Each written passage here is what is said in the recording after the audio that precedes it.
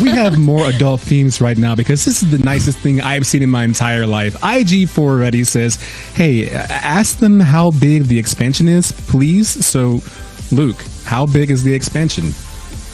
Please. So size-wise, I think the common comparison people want to make is to something like Forsaken, which was a huge two-destination expansion built by not only just the Bungie team, but built with help from our partners at Activision. So we had, call it, double the workforce on it. So I'm just going to be really, really candid here. It's not as big as Forsaken. Like, we are one team working from home, but I also think it's strictly larger than Shadowkeep last year. And so, that size comes from Europa's brand new.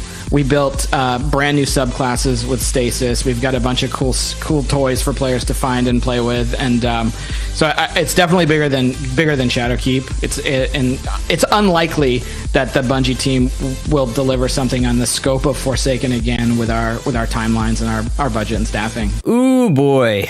Well, you know what? In many respects, I respect that answer because at least it's very candid. But what's going on, ladies and gents, boys and girls, guardians of all ages? Joker back again, once again, and you heard the man. Destiny 2 Beyond Light will not be as large as Forsaken, which begs the question, why is it the most expensive Destiny expansion to date at $50? Oh, wait, hold on. Before the fanboys go full, but Joker! T-shirts now available on Teespring's, link in the description below. Let me clarify. Beyond Light is $40. Beyond Light's cut content, I mean Season 12, the Season Pass, the season which Beyond Light will be releasing in, that season, the season that should come with Beyond Light for the price of Beyond Light, is an additional $10 on top of the price of Beyond Light, even though they release at the same time. And that is the season that takes place during Beyond Light's first season. What the fuck?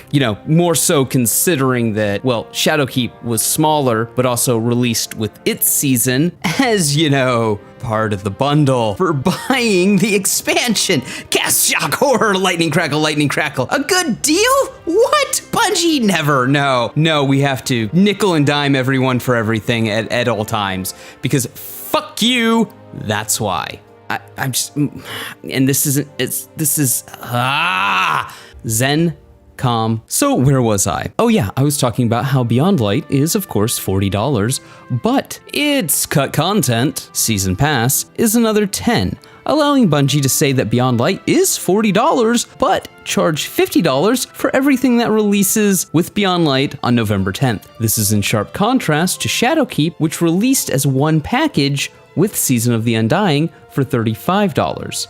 Shadowkeep also released with one location, the Moon, a reprised remix sort of thing going on there, so, you know what? Criticize that as you will. One raid, the Garden of Salvation, one dungeon, the Pit of Heresy, 2 strikes, Festering Core and Scarlet Keep, 3 PvP maps, Fragment, Twilight Gap, and Widow's Court, all for the low price of $35 US. As far as Bungie has announced, Beyond Light will only have one new destination, Europa, and only 40% of the promised reprised Cosmodrome, a large portion of which already existed in the game and started being added back under Forsaken in November of 2018 with the Thunderlord quest. Beyond Light has one announced raid, the Deepstone Crypt, one new strike, no PvP maps at all whatsoever, no Gambit maps at all whatsoever, and 3 new subclasses. Also, Europa, the Cosmodrome, and the Strike will be available to all players. With Beyond Light, you're basically really only paying for Stasis, a raid, the campaign, the Ordeal versions of strikes, and any and all associated exotic quests for $40. Oh yeah, and then $10 extra for the cut content. I mean, Season 12, the season that Beyond Light releases in. That said, to be fair, the Vault of Glass is supposed to release at, some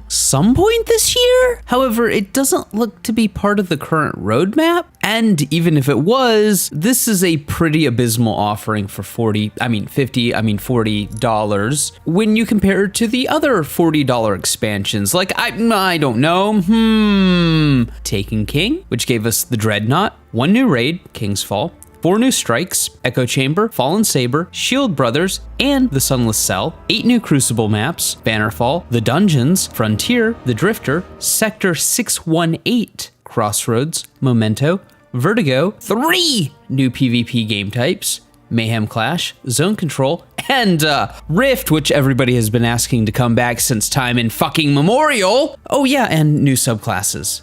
And this is before we talk about all the vendor refreshes. We got every Destiny 1 DLC, and how Beyond Light is only getting an armor refresh, and it's only one set of armor that is being spread out across all vendors. Why is nobody talking about this? And then we have Forsaken, which had 4 new strikes, Broodhold, Warden of Nothing, Hollowed Lair, and the Corrupted, the Last Wish Raid, the Shattered Throne Dungeon, 4 new PvP maps, the Citadel, Firebase Echo, Equinox, Gambler's Run, the Gambit game type mode, and the maps that came with it, Emerald Coast, Legion's Folly, Kel's Grave, Cathedral of Scars, 2 new destinations, the Tangled Shore and the Dreaming City, and of course, the new subclasses within the subclasses within the subclasses. Now, of course, ladies and gents, boys and girls, guardians of all ages, I could very easily, like many commentators, go off into the woods and talk about the content being removed from Destiny 2 with Beyond Light. All the destinations, all the strikes, all the PvP maps, all the exotic catalysts, all the raids, all the raid layers, stuff like that.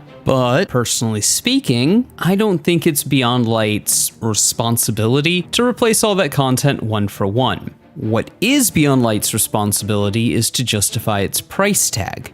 And when you factor in the cut content, I mean Season 12, the Season Pass Beyond Light is in that you have to spend $10 extra for, which makes Beyond Light and the season that it's released in just, I don't know, $10 shy of a new fucking game, and we're clearly not getting a Destiny 1 or Destiny 2 Year 1 content drop, and it doesn't look like we're getting content that rivals the $35 Shadowkeep, let alone the other $40 DLCs from the past. Hell, if you really want to start itemizing things, Warmind was $20 and added Mars, 3 strikes, Strange Terrain, Will of Thousands, and the Insight Terminus, the PvP maps, Meltdown, Solitude, and the raid layer Spire Stars. Curse of Osiris, another $20 DLC, gave us 1 location, Mercury, 2 strikes, a Garden World and Tree of Probabilities, 3 PvP maps, Pacifica, Radiant Cliffs, and Wormhaven, the raid, Eater of Worlds, and a partridge in a pear tree. Even if we go ahead and count the returning Will of Crota and Saber Strikes, which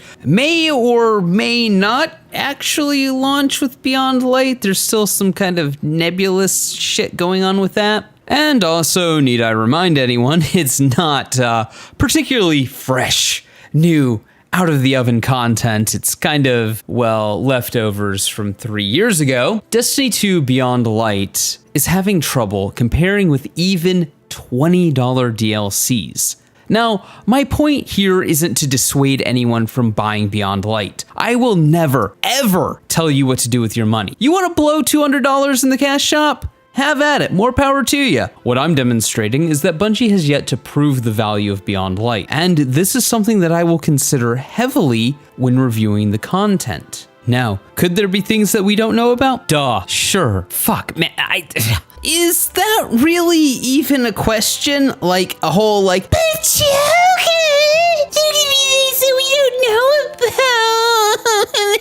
Why are you so mean to Bungie? There could be 10 new PvP maps, 5 new Gambit maps, 5 new strikes. Rift could be returning. It could be the greatest fucking thing ever. All the old subclasses could, in fact, release with 2.0 overhaul versions of themselves to be competitive with the new Darkness subclasses. There could be a cavalcade of exotics that we don't know about, and like, fuck, man, I don't know, Whisper of the Worm-esque quest to get them? This could be the greatest fucking DLC ever. However, just saying, I'm not saying, I'm just saying, Bungie, to their credit, has been fairly transparent as to the size and the amount of content that we can expect from Beyond Light. So, While there is a possibility that could be the greatest, largest, biggest, most enormous, awesome, super special, awesome DLC ever to be released for the Destiny franchise ever, I don't necessarily see that happen. Now, to be clear, like 150% clear, I'm not one of those people who thinks a game needs to be arbitrarily massive to be worth the price tag. In fact, I've stated many times when it comes to Destiny DLC, it's not about the quantity, it's about the quality. So even if Beyond Light is lacking in quantity, if what's there is some of the best DLC content that we've ever seen in Destiny, well then,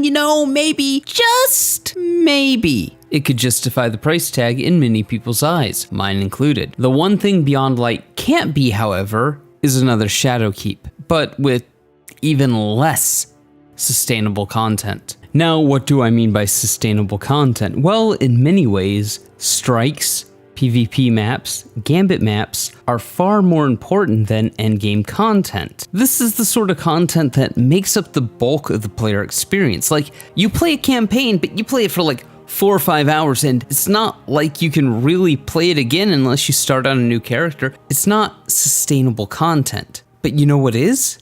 Strikes, PvP maps, Gambit. That is the majority of the content that people spend the gasp, shock, horror majority of their time playing. Not raids, not trials, not story mode content, but strikes, PvP maps, and Gambit.